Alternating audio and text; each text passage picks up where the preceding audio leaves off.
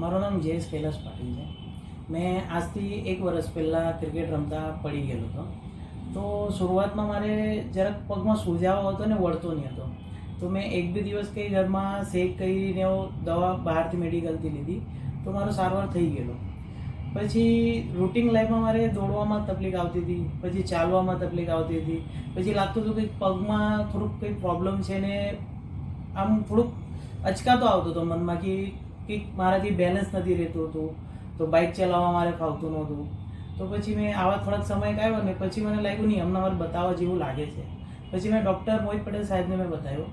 પછી સરે મારું તપાસ કર્યું.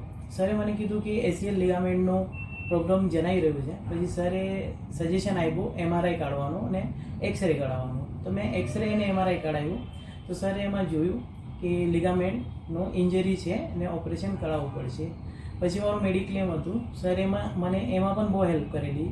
પછી મેડિક્લેમ કરીને મેં નિર્મલ હોસ્પિટલમાં સરે મારું ઓપરેશન કરાવ્યું અને આજે લગભગ 2 મહિના થઈ ગયેલા છે મારા ઓપરેશનને.